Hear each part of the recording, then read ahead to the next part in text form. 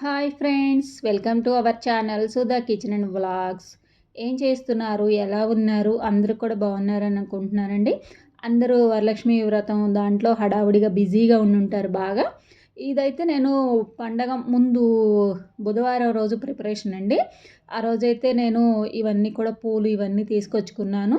నాకు గురువారం చిన్న పని ఒకటి ఉండి బయటకు వెళ్ళాల్సి వచ్చింది. ఆ రోజు షాపింగ్ కుదరదని చెప్పి ముందు రోజు బుధవారం రోజు ప్రిపరేషన్ చేసుకున్నాను. ఈరోజే పూలైతే చాలా రేటు ఉన్నాయండి. ఇంక గురువారం రోజైతే మాత్రం బాగా ఎక్కువ ఉంటాయి అనిపించింది నాకు. ఈరోజే పూలు, పండ్లు, ఆకులు ఇవన్నీ కూడా తీసుకొచ్చాను. గుమ్మానికి బంతి పూలు ఇవైతే బాగున్నాయండి, ఫ్రెష్గానే ఉన్నాయి.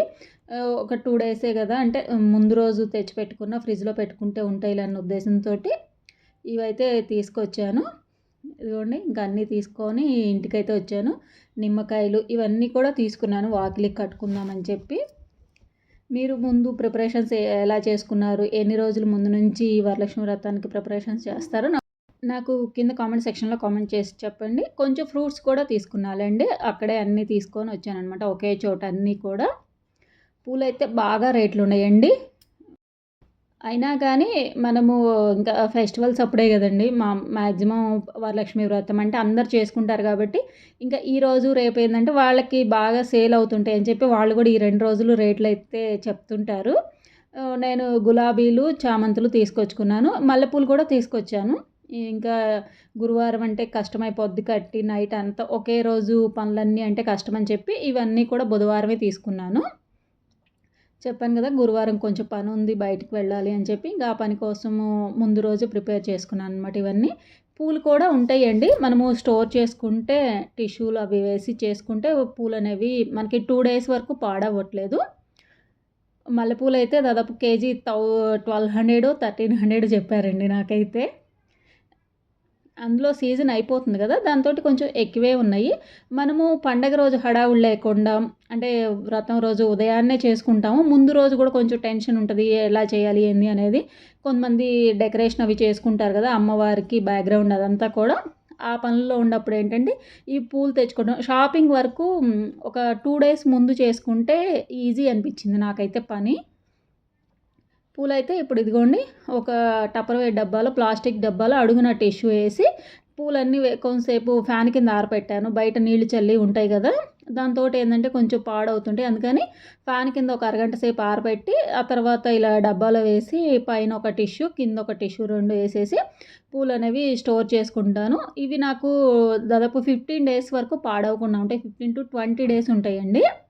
మీరు కూడా ఇలా ట్రై చేయండి. పూలు ఎక్కువ రోజులైతే తాజాగా ఉంటాయి. రోజు పెట్టుకునే వాళ్ళు పూజకి ఇట్లా ముందు తెచ్చి పెట్టుకుంటే ఎక్కువ రోజులైతే ఉంటాయి. నేను అంతకుముందు కూడా కొన్ని ఉంటే చామంతులు వైలెట్ కలర్వి అవి కూడా పెట్టుకున్నాను. మనకి వరలక్ష్మి వ్రతము అంటే కనీసం 2-3 డేస్ నుంచి ప్రిపరేషన్స్ ఉంటేనే ఆ రోజు టెన్షన్ లేకుండా హడావుడిగా కాకుండా ప్రశాంతంగా పూజ చేసుకోగలము. అందుకని చెప్పి ఈ ప్రిపరేషన్ ఏంటంటే 2 డేస్ ముందు నుంచి స్టార్ట్ చేసుకోవచ్చు. షాపింగ్ వరకు చెప్పాను కదా, ఒక 2 డేస్ ముందు అయితే మనకి ఆ రోజు హడావుడి లేకుండా కొంచెం రేట్లు కూడా తక్కువే ఉంటాయండి 2 డేస్ ముందైతే. మల్లెపూలు కూడా అన్నీ కట్టేసి ఇదిగోండి ఇలా ఒక స్టీల్ డబ్బాలో టిష్యూ వేసేసి అవి కూడా పెట్టేస్తున్నాను. అమ్మవారికి మాల వేసుకుంటే చాలా బాగుంటుంది, మల్లెపూలతోటి చేస్తే మంచిది అంటారు కదా, అందుకని అష్టోత్తరానికి కూడా కొన్ని విడి పూలు అయితే ఉంచుకున్నాను. మనము అష్టోత్తరం ఒక్కొక్కటి చదివి మళ్ళీ పువ్వు ఒక్కొక్కటి సమర్పిస్తాం కదా, అందుకని చెప్పి ఇవి కొన్ని విడి పూలు అయితే ఉంచాను.